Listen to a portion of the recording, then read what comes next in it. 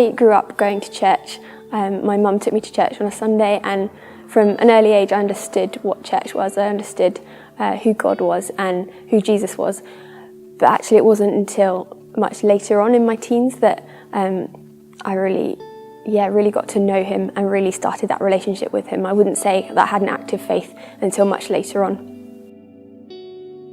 When I was about 16, I started sixth form, and a whole load of things started happening that sort of distracted me from church. Like, I stopped going for quite a long time, didn't really think that I needed to go, didn't really see that it would benefit me to go.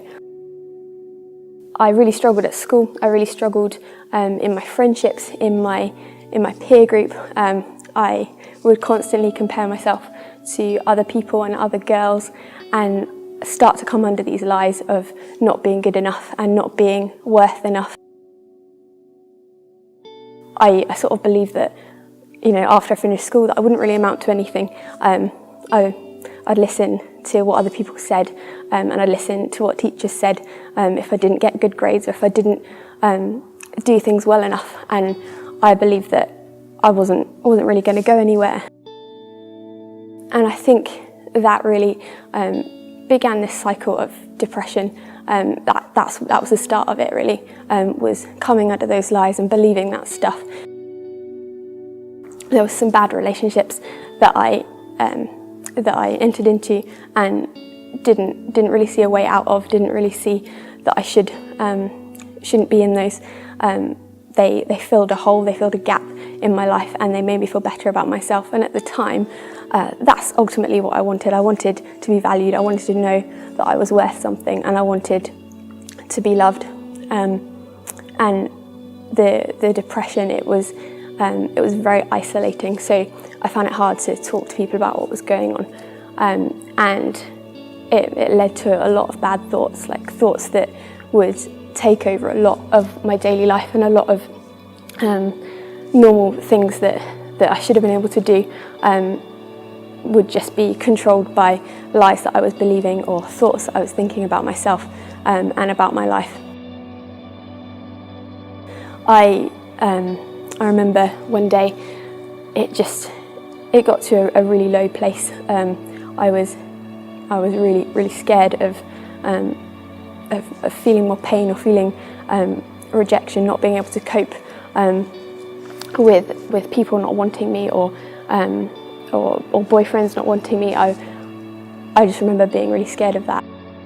And it was when I was in that place that I was like, okay, I remember my faith, and if God is real and God is the God that I've grown up knowing, then where is he in this? He's not here, he's distant, he's not involved, he doesn't care about what's been going on.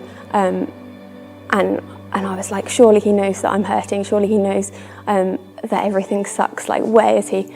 And I remember I was sat on my bedroom floor, and I literally said that to God. I was like, God, like, where are you in this? I need you in this. I need you to rescue me from this. And I think I was expecting a miracle, like how you would. I was expecting God to just kind of step in and snap his fingers and everything would be fixed and it would all be great. The depression would go and my friendships would get better. I would become popular. I would look like the way that I wanted to look.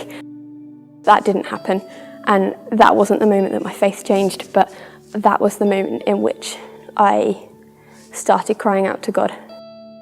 I now know that he was there, and the reason that I can stand here today and say that I'm free from depression and say that I'm free from those lies and I'm free from that lifestyle is because I've started to do this life but with God, and walk this walk with Jesus by my side. And actually that's where I think God's grace came in, is that at that point he sort of showed me, he was like, I'm not a God that you just hear about or you read about in Bible stories or at Sunday school. I'm a God that is there in the everyday. I'm a God that is there even when you don't feel like I'm there. I never realised that there was a God that wanted to spend time with me, that delights in me, that loves me in the way that he says he does.